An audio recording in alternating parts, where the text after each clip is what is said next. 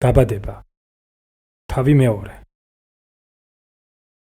გასრულდა ცადა მიწა და მთელი მათი ციური ლაშქარი. დაასრულა ღმერთმა მეშვიდე დღისთვის თავისი საქმე და დაისვენა მეშვიდე დღეს ყოველი საქმისაგან, რასაც აკეთებდა. აკურთხა ღმერთმა მეშვიდე დღე და წმინდა ხო იგი, რადგან ამ დღეს დაისვენა მან ყოველი საქმისაგან, რასაც აკეთებდა. ასეთი იყო ცათა და მიწის დაბადება, უფალი ღმერთის მიერ ცათა და მიწის შექმნის დღეს. არც მინდვრის ბუჩქი აღმოცენებულიყო მიწაზე და არც მინდვრის ბალახი, რადგან ჯერ არ ეწვიმებინა უფალ ღმერთს დედამიწაზე, არც კაცი იყო, რომ მიწა დაემუშავებინა. ორთქლი ადიოდა დედამიწიდან და რწყავდა მიწის მთელ ზედაპირს. გამოსახა უფალმა ღმერთმა კაცი მიწის მტვრისაგან და შთაბერა მის ნესტოებს სიცოცხლის სუნთქვა და იქმნა კაცი ცოცხალ არსებად. გააშენა უფალმა ღმერთმა ბაღი ედემში, აღმოსავლეთით და დასვა იქ კაცი, რომელიც შექმნა. აღმოაცენა უფალმა ღმერთმა მიწიდან ყოველგვარი ხე, საცქერლად საამო და საჭმელად ვარგისი.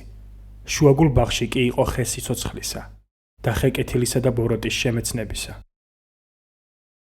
მდინარე გამოედინებოდა ედემიდან ბაღის მოსარწყავად და მერე 4 ტოტად იყოფოდა. ერთი ტოტის სახელია ფიშონი, ის გარს უბლის ხავილას ქვეყანას, სადაც ოქროა. კარგია იმ ქვეყნის ოქრო, იქ არის ბროლიც და ზურმუხტისქვაც. მეორე მდინარის სახელია გიხონი, იგი მთელ ეთიოპიის ქვეყანას უბლის გარს. მესამე მდინარეა ტიგროსი, იგი აშურის აღმოსავლეთით მიედინება. მეოთხე მდინარეა ევფრატი. აიყვანა უფალმა ღმერთმა კაცი და დაასახლა ედემის ბაღში, რათა დაემუშავებინა და დაეცვა იგი. უბრძანა უფალმა ღმერთმა ადამს, ბაღის ყოველი ხისგან შეგიძლია ჭამო.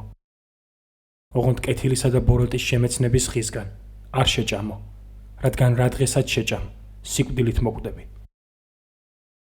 თქვა უფალმა ღმერთმა, არ არის კარგი კაცის მარტოობა, შევუქმნათ მას შესაფერისი შემწე.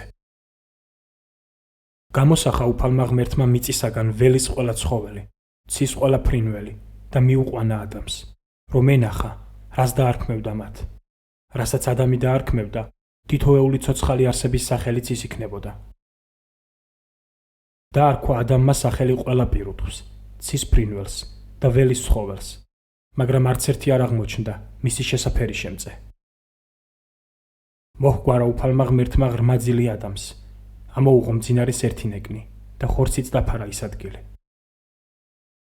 გამოსახა უფალმა ღმერთმა ადამისაგან ამოღებული ნეკნისგან დედაკაცი და მიუყვანა იგი ადამიანს. თქვა ადამმა, აი ეს არის ძვალი ჩემი ძვალთაგანი და ხორცი ჩემი ხორცთაგანი, ეწოდოს მას დედაკაცი, რადგან კაცისგანაა გამოღებული.